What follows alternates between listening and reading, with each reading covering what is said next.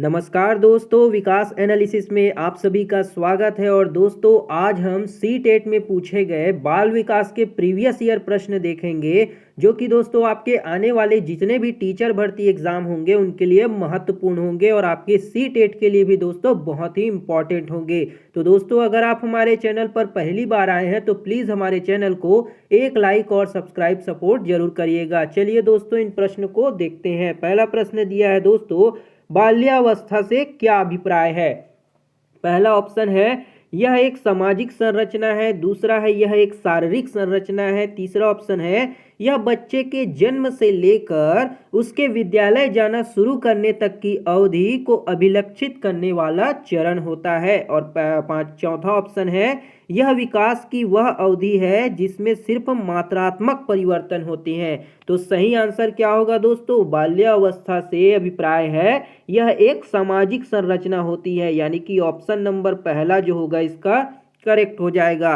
अगला प्रश्न देखते हैं दोस्तों। अगला प्रश्न है बाल विकास के समकालीन परिप्रेक्ष्य हैं। पहला ऑप्शन है बच्चे को एक जैविक प्रवर्ग के रूप में देखते हैं, दूसरा ऑप्शन है बच्चे को एक दैहिक के सत्व के रूप में देखते हैं, तीसरा ऑप्शन है बाल्यावस्था को विशिष्ट चरणों में विभाजित मानते हैं, और फोर्थ ऑप्शन दिया है बाल्यावस्था को एक विशिष्ट सांस्कृतिक एवं सामाजिक संरचना मानते हैं। तो इसका सही आंसर क्या होगा दोस्तों, वो हो जाएगा बाल्यावस्था को एक विशिष्ट सांस्कृतिक और सामाजिक संरचना मानते हैं, यानी कि फोर्थ ऑप्शन जो होगा इसका सही हो जाएगा।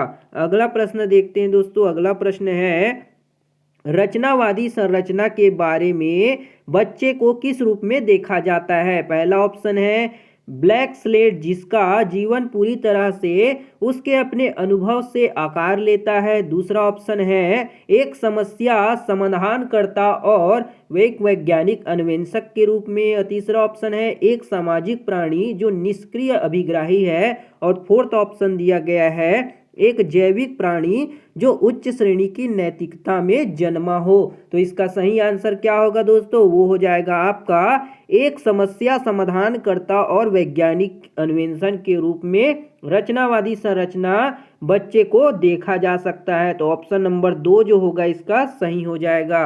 अगला प्रश्न देखते हैं दोस्तों। अगला प्रश्न है जीन पियाजे के अनुसार निम्नलिखित में से किस चरण में एक बच्चा अमूर्त प्रस्ताव के बारे में तार्किक रूप से सोचने लगता है। पहला ऑप्शन है ज्ञानेंद्रिय अवस्था या फिर संवेदीगामक अवस्था, जन्म से 2 वर्ष तक चलती है, दूसरा है पूर्ण संक्रियात्मक अवस्था जो कि 2 से 7 वर्ष तक चलती है, तीसरा ऑप्शन है मूर्त संक्रियात्मक अवस्था जो 7 से 11 वर्ष तक होती है, और जो चौथा ऑप्शन दिया गया है औपचारिक या फिर अमूर्त संक्रियात्मक अवस्था जो 11 वर्ष और उससे अधिक के लिए होती है। तो इसका करेक्ट आंसर क्या हो जाएगा, वो हो जाएगा औपचारिक या फिर अमूर्त संक्रियात्मक अवस्था इसका सही आंसर होगा। अगला प्रश्न देखते हैं दोस्तों। अगला प्रश्न है अनीता केक बनाने की प्रक्रिया को समझने के लिए एक यूट्यूब वीडियो को देखती है और फिर बिल्कुल उसी तरह चरण को अपनाकर एक केक बनाती है। इस तरह के सीखने की प्रक्रिया को हम क्या कहेंगे। पहला ऑप्शन है शास्त्रीय अनुकूलन, दूसरा है अवलोकन अधिगम, तीसरा है अंतःदृष्टिपूर्ण अधिगम, और चौथा है क्रिया प्रसूत अनुकूलन। तो इसका करेक्ट आंसर क्या होगा, वो हो जाएगा दोस्तों अवलोकन अधिगम, यानी कि यूट्यूब से अवलोकन करके उसने केक बनाना सीखा। तो ऑप्शन नंबर 2 इसका सही हो जाएगा। अगला प्रश्न देखते हैं दोस्तों। अगला प्रश्न है एक बालक को 20 भूरे रंग के लकड़ी के मनके और 2 सफेद रंग के लकड़ी के मनके दिए जाते हैं। बालक से पूछा जाता है तुम्हारे पास सफेद लकड़ी के अधिक मनके हैं, पूरे भूरे रंग के अधिक मनके हैं। बालक कहता है भूरे रंग के मनके अधिक हैं। पियाजे के संज्ञानात्मक विकास के सिद्धांत के अनुसार बालक कौन सी अवस्था में है। पहला है औपचारिक अमूर्त संक्रियात्मक अवस्था, दूसरा है संवेदीगामक अवस्था, तीसरा है पूर्व संक्रियात्मक अवस्था, और चौथा है मूर्त संक्रियात्मक अवस्था। तो इसका सही आंसर क्या हो जाएगा दोस्तों, वो हो जाएगा पूर्व संक्रियात्मक अवस्था, यानी कि ऑप्शन नंबर 3 जो होगा इसका सही हो जाएगा। अगला प्रश्न देखते हैं दोस्तों। अगला प्रश्न है लेव वाइगोस्की के अनुसार एक शिक्षिका की प्राथमिक भूमिका क्या होनी चाहिए? पहला है विद्यार्थियों को सूचनाएं हस्तांतरण करना और हूबहू पुनरावृत्ति पर बल देना। दूसरा ऑप्शन है बच्चों के चिंतन को आलंबन या फिर पाठ प्रदान करना, या फिर पाठ के जगह दोस्तों कई बार इसके फोल्डिंग भी दिया होता है। तीसरा ऑप्शन है इनाम व सजा का उपयोग करना और करके बच्चों को अधिगम को प्रोत्साहित करना। और चौथा ऑप्शन है बच्चों के स्मरण कौशल को बढ़ावा देना। तो इसका सही आंसर क्या होगा दोस्तों? बच्चों के चिंतन का आलंबन और या फिर पाठ प्रदान करना। तो ऑप्शन नंबर 2 जो होगा इसका सही हो जाएगा। अगला प्रश्न देखते हैं दोस्तों। अगला प्रश्न है लेव वाइगोस्की के अनुसार संज्ञानात्मक विकास को प्रभावित करने वाला मुख्य कारक कौन सा है? पहला ऑप्शन है परिपक्वता, दूसरा है पुनर्बलन, तीसरा है सामाजिक अंतःक्रिया और चौथा ऑप्शन दिया गया है सामाजिक द्वंद्व। तो इसका सही आंसर क्या होगा दोस्तों? इसका सही आंसर हो जाएगा आपका सामाजिक अंतःक्रिया, यानी कि ऑप्शन नंबर 3 जो होगा इसका सही हो जाएगा। अगला प्रश्न देखते हैं दोस्तों। अगला प्रश्न है एक किशोर विचार करता है यदि हिंज अपनी पत्नी को बचाने के लिए सब कुछ नहीं करता तो वह किसी मूल्य को जीवन से अधिक मूल्य देता है। यह प्रतिक्रिया नैतिक विकास के किस स्तर को दर्शाती है? पहला है सामाजिक व्यवस्था अनुरक्षण अभिमुखता, दूसरा है सामाजिक अनुबंध अभिमुखता, तीसरा है अच्छी लड़की अच्छा लड़का अभिमुखता और चौथा ऑप्शन है सार्वभौम नैतिक सिद्धांत अभिमुखता। तो इसका सही आंसर क्या हो जाएगा दोस्तों? वो हो जाएगा सार्वभौम नैतिक सिद्धांत की अभिमुखता को दर्शाता है। तो ऑप्शन नंबर 4 जो होगा इसका सही हो जाएगा। अगला प्रश्न देखते हैं दोस्तों। अगला प्रश्न है प्रगतिशील सिद्धांतों पर आधारित एक विद्यालय में विद्यालय की छुट्टियां और जनजातीय त्योहार एक ही समय में पड़ते हैं तथा साप्ताहिक अवकाश भी साप्ताहिक बाजार वाले दिन होते हैं। यह क्या दर्शाता है? पहला ऑप्शन है पिछड़ी विद्यालय प्रथा है, दूसरा है विद्यालय व्यवस्था में लचीलापन, तीसरा ऑप्शन है घर और विद्यालय में सांस्कृतिक असतता और चौथा ऑप्शन दिया गया है दोस्तों विद्यार्थियों की शिक्षा के प्रति अनभिज्ञता। तो इसका सही आंसर क्या होगा दोस्तों? वो हो जाएगा विद्यालय व्यवस्था में लचीलापन होता है। तो ऑप्शन नंबर 2 जो होगा इसका करेक्ट हो जाएगा।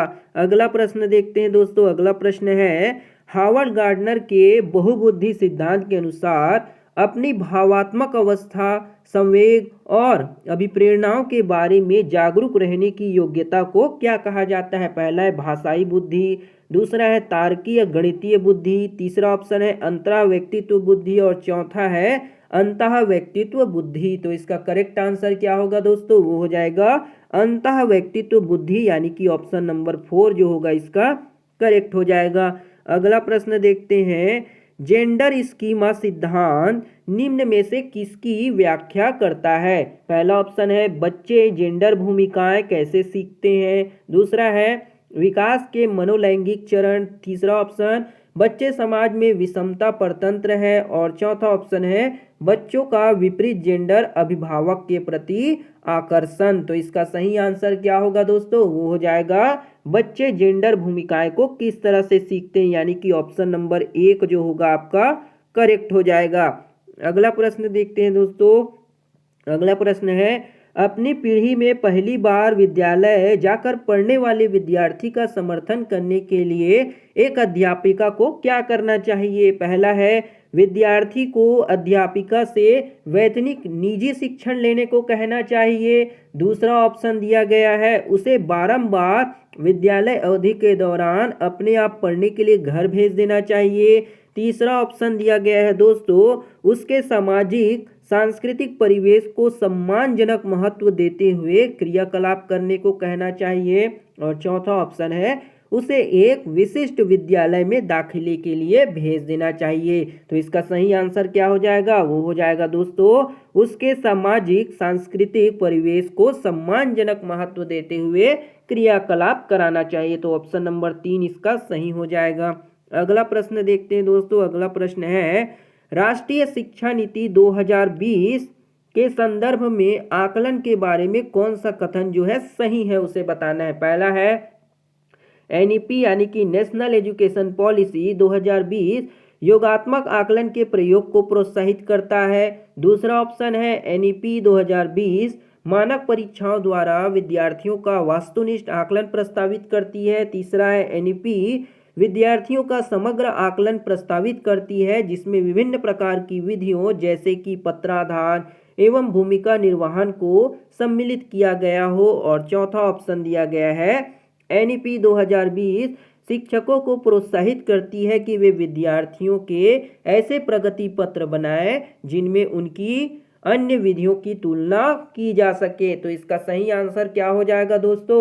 वो हो जाएगा आपका एनईपी जो होता है विद्यार्थियों के समग्र आकलन को प्रस्तावित करती है, जिसमें विभिन्न प्रकार की गतिविधि जैसे कि पत्राधान एवं भूमिका निर्वहन को सम्मिलित किया गया हो। तो ऑप्शन नंबर आपका 3 जो होगा दोस्तों वो सही हो जाएगा। अगला प्रश्न देखते हैं दोस्तों। अगला प्रश्न है निम्नलिखित में से कौन सा शास्त्रीय योजना समालोचनात्मक चिंतन में वृद्धि करती है? पहला है ब्लैक बोर्ड से शिक्षक द्वारा लिखे गए उत्तर की नकल करना। दूसरा है मानस मंथन करना। तीसरा ऑप्शन है पाठ्य पुस्तक से अनुच्छेदों को कई बार लिखना। और चौथा है परोक्ष या फिर प्रत्यक्ष निर्देश देना। तो इसका सही आंसर क्या होगा? मानस मंथन करना, यानी कि ऑप्शन नंबर 2 आपका सही हो जाएगा। अगला प्रश्न देखते हैं दोस्तों। अगला प्रश्न है निम्न में से कौन सा लक्षण प्रतिभाशाली विद्यार्थियों में नहीं होता? पहला ऑप्शन है परिशुद्धि की इच्छा। दूसरा है जानकारी का धीमा अन्वेषण अवशोषण। तीसरा ऑप्शन है विषय वस्तु की तीव्र समझ। और चौथा ऑप्शन है तीक्ष्ण उत्सुकता। तो इसका सही आंसर क्या होगा दोस्तों? वो हो जाएगा आपका जो जानकारी का धीमा अन्वेषण, यानी कि ऑप्शन नंबर 2 जो होगा वो सही हो जाएगा, क्योंकि हमें गलत पूछा गया। तो ऑप्शन 2 इसका सही होगा। अगला प्रश्न देखते हैं। अगला प्रश्न क्या है? दिव्यांगजन अधिकार अधिनियम निम्न में से किस सिद्धांत को पक्षपोषित करता है? पहला ऑप्शन है पृथक्करण। दूसरा है नामीकरण। तीसरा है समावेशी। और चौथा है एकीकरण। तो इसका सही आंसर क्या होगा दोस्तों? वो हो जाएगा समावेशन, यानी कि ऑप्शन नंबर 3 जो होगा इसका सही हो जाएगा। अगला प्रश्न देखते हैं। अगला प्रश्न क्या दिया है? समावेशी शिक्षा यह प्रतिपादित करती है कि हमें दुरुस्त करने के लिए किसको बदलाव करना चाहिए। यहाँ पे किसको बदलाव करना चाहिए होना चाहिए थे। पहला है तंत्र प्रणाली या फिर अधिगमकर्ता। दूसरा है समाज कौमा विद्यालय कौमा पाठ्यचर्या। और तीसरा ऑप्शन है अधिगमकर्ता या तंत्र प्रणाली। चौथा ऑप्शन है विद्यालयी पाठ्यचर्या प्रतिस्पर्धा। तो इसका सही आंसर क्या होगा दोस्तों? वो हो जाएगा आपका तंत्र प्रणाली। और अधिगमकर्ता को क्या करना चाहिए? हमें दुरुस्त करना चाहिए, उसे बदलना चाहिए। तो ऑप्शन नंबर 1 जो होगा आपका सही हो जाएगा। अगला प्रश्न देखते हैं।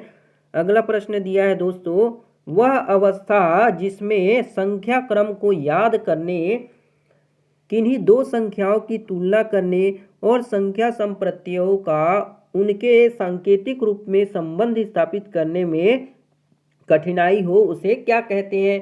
पहला है उत्साह वैफल्य। दूसरा है गुणज वैफल्य। तीसरा ऑप्शन है वाचन वैफल्य। और चौथा है गति समन्वय वैफल्य।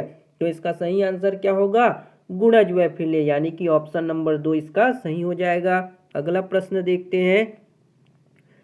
निम्न में से कौन सा कारक चलन क्रियात्मक दिव्यांगता वाले विद्यार्थियों के समावेशन में बाधक है? पहला है लचीला पाठ्यक्रम। दूसरा है अगम्य आधारभूत संरचना।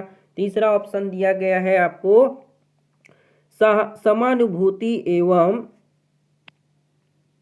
समानुभूति पूर्ण अभिवृत्ति। और चौथा ऑप्शन है व्यापक मूल्यांकन। तो इसका सही आंसर क्या हो जाएगा दोस्तों?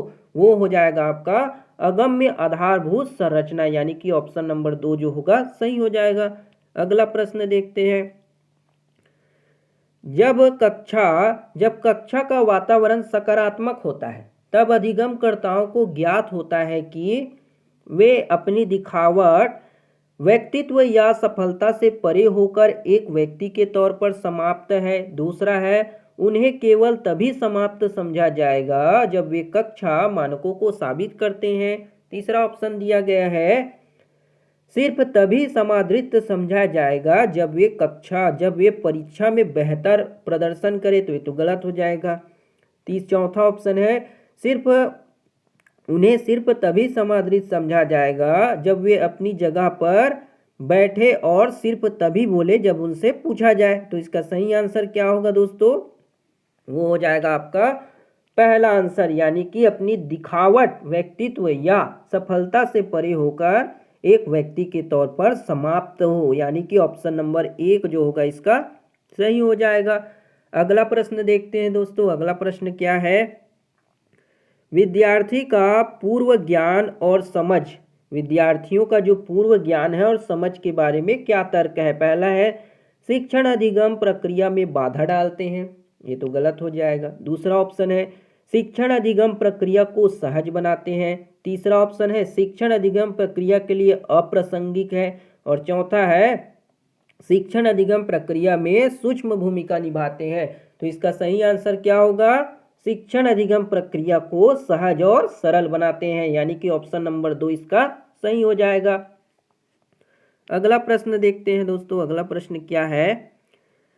एक अध्यापक को अधिगमकर्ताओं की सक्रिय संलग्नता को बढ़ावा देने के लिए क्या करना चाहिए? पहला है अन्वेषण और पूछताछ को बढ़ावा देना चाहिए। दूसरा ऑप्शन है प्रत्यय स्मरण और पुनरावृत्ति पर बल देना चाहिए। तीसरा है प्रत्यक्ष निर्देशन का तरीका इस्तेमाल करना चाहिए। और चौथा है बारंबार पुरस्कार और सजा देनी चाहिए। तो इसका सही आंसर क्या होगा? अन्वेषण और पूछताछ को बढ़ावा देना चाहिए। ऑप्शन नंबर 1 जो होगा इसका सही होना चाहिए। अगला प्रश्न देखते हैं। अगला प्रश्न क्या है? ये कथन और तर्क से दिया गया है। कथन क्या बोलता है? एक संरचनात्मक अध्यापिका बच्चों के ज्ञान के लिए विविध स्रोत को खोजने और सिर्फ पाठ्य पुस्तक पर निर्भर न रहने के लिए प्रोत्साहित करेगी। तर्क क्या है? अधिगमकर्ता सक्रिय रूप से अधिगम के लिए इच्छुक होते हैं और फलस्वरूप अध्यापिका और विद्यार्थी परस्पर सहयोग से अधिगम की संरचना करते हैं। सही विकल्प को हमें चुनना है। तो इसका सही आंसर क्या हो जाएगा दोस्तों? वो हो जाएगा आपके, ये दोनों सही है। ए भी जो कथन है वो भी सही है और तर्क भी सही लगाया जा रहा है। तो दोनों जो हो जाएंगे क्या हो जाएंगे? सही हो जाएंगे। और आर जो है ए का सही व्याख्या करता है, सही स्पष्टीकरण है। तो ऑप्शन नंबर 1 जो होगा इसका सही हो जाएगा। अगला प्रश्न देखते हैं। अगला प्रश्न क्या है? वास्तविक जीवन की समस्याओं पर चर्चा को सुसाध्य करने और विद्यार्थियों को विविध परिप्रेक्ष्यों पर चिंतनशील होने के लिए प्रोत्साहित करने से विद्यार्थी में का विकास करने को मदद मिलेगी। विद्यार्थियों में किस चीज का विकास करने में हमें मदद मिलेगी? पहला ऑप्शन है समालोचनात्मक चिंतन करने का।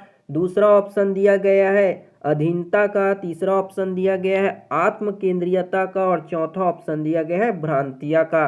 तो इसका सही आंसर क्या हो जाएगा? वो हो जाएगा समालोचनात्मक का, यानी कि ऑप्शन नंबर 1 जो होगा इसका सही हो जाएगा। अगला प्रश्न देखते हैं। अगला प्रश्न दिया है समस्या समाधान में निम्न में से कौन सा अवरोधक है, यानी कि कौन बाधक है उसे देखना है। पहला है साधन लक्ष्य विश्लेषण। दूसरा ऑप्शन प्रकार्यात्मक अवबद्धता। तीसरा ऑप्शन है पश्चगामी कार्यकारी युक्ति। और चौथा ऑप्शन है स्वानुभाविक। तो इसका सही आंसर क्या हो जाएगा दोस्तों? वो हो जाएगा आपका प्रकार्यात्मक अवबद्धता, यानी कि ऑप्शन नंबर 2 जो होगा आपका सही हो जाएगा। अगला प्रश्न देखते हैं। अगला प्रश्न है किसी विद्यार्थी द्वारा की गई त्रुटि के प्रत्युत्तर के लिए सर्वाधिक प्रभावी योजना क्या होगी? पहला है सीधे तौर पर बच्चे को उत्तर बताना। दूसरा है बिना किसी टिप्पणी के अंक कम करना। तीसरा ऑप्शन विद्यार्थी को प्रश्न हल करने की प्रक्रिया पर चिंतन करने के लिए कहना। और चौथा ऑप्शन है विद्यार्थी को दूसरों के समक्ष तिरस्कार करना। तो इसका सही आंसर क्या हो जाएगा? वो हो जाएगा आपका विद्यार्थी को प्रश्न हल करने की प्रक्रिया पर चिंतन करने के लिए कहेंगे कि आपने जो आंसर लाया है या उत्तर लाया है उसको विचार कीजिए कि ये सही है या गलत, तो खुद अवलोकन कर लेगा। तो ऑप्शन नंबर 3 जो होगा इसका सही हो जाएगा। अगला प्रश्न देखते हैं दोस्तों। अगला प्रश्न फिर कथन और तर्क दिया गया है। कथन क्या है? अर्थपूर्ण अधिगम के लिए जरूरी है कि बच्चे समझे कि उन्हें प्यार व सम्मान दिया जा रहा है। तर्क क्या कहलाता है? तर्क अधिगम में संवेग एक बहुत महत्वपूर्ण भूमिका निभाते हैं। तो इसका सही आंसर क्या हो जाएगा? ये दोनों जो है दोस्तों सही है, क्योंकि अधिगम में जो होता है संवेग जो होते हैं बहुत महत्वपूर्ण भूमिका निभाते हैं। तो ए और आर तो दोनों सही हैं और आर जो है एक ही सही व्याख्या करता है। तो ऑप्शन नंबर 1 जो होगा इसका सही हो जाएगा। अगला प्रश्न देखते हैं। अगला प्रश्न क्या है? निम्न में से कौन सा कथन आंतरिक अभिप्रेरणा का उदाहरण है? पहला, मैं प्रशंसा पाने के लिए यह कार्य करूंगा, तो ये तो गलत हो जाएगा दोस्तों, आंतरिक प्रशंसा नहीं होगा। दूसरा ऑप्शन है, मैं सजा से बचने के लिए यह कार्य करूंगा, तो ये भी गलत हो जाएगा। दूसरा, मैं यह कार्य इसलिए करूंगा ताकि दूसरे लोग मेरी अच्छी छवि बन जाए। और चौथा ऑप्शन है, मैं यह कार्य करूंगा क्योंकि मुझे इसमें आनंद आता है। तो यही जो होगा दोस्तों आपका आंसर हो जाएगा, ये भी नहीं होगा। ऑप्शन नंबर 4 आपका करेक्ट आंसर होगा। अगला प्रश्न देखते हैं दोस्तों। अगला प्रश्न क्या है? विद्यालय में बच्चों की सफलता में कौन सा कारक बाधा उत्पन्न करता है? पहला है कठोर पाठ्यचर्या। दूसरा ऑप्शन दिया गया है रचनात्मक आकलन, तो ये तो नहीं करेगा। दूसरा है, तीसरा ऑप्शन है संरचनात्मक शिक्षा शास्त्र, ये भी नहीं करेगा। और चौथा ऑप्शन है लचीली समय सारणी। तो इसका करेक्ट आंसर क्या हो जाएगा दोस्तों? वो हो जाएगा कठोर पाठ्यचर्या रहेगा तो बच्चों की सफलता में क्या करेगा? बाधा उत्पन्न करेगा, यानी कि ऑप्शन नंबर 1 जो होगा इसका करेक्ट हो जाएगा। तो ये थी दोस्तों आपकी बाल विकास की, जो कि सी टेट में पूछे गए प्रीवियस ईयर महत्वपूर्ण प्रश्न थे दोस्तों, जो कि आपके आने वाले एग्जाम के लिए बहुत ही इम्पोर्टेंट होंगे। तो दोस्तों आप इसको जरूर से देखिएगा, एक बार जरूर देख लीजिएगा। बहुत ही छोटी वीडियो है दोस्तों, आपको समझ भी आएगी। और दोस्तों अगर वीडियो बढ़िया लगता हो तो प्लीज़ लाइक करिएगा, शेयर और सपोर्ट सब्सक्राइब जरूर करिएगा। मिलते हैं दोस्तों अगली वीडियो में, तब तक के लिए जय हिंद, वंदे मातरम।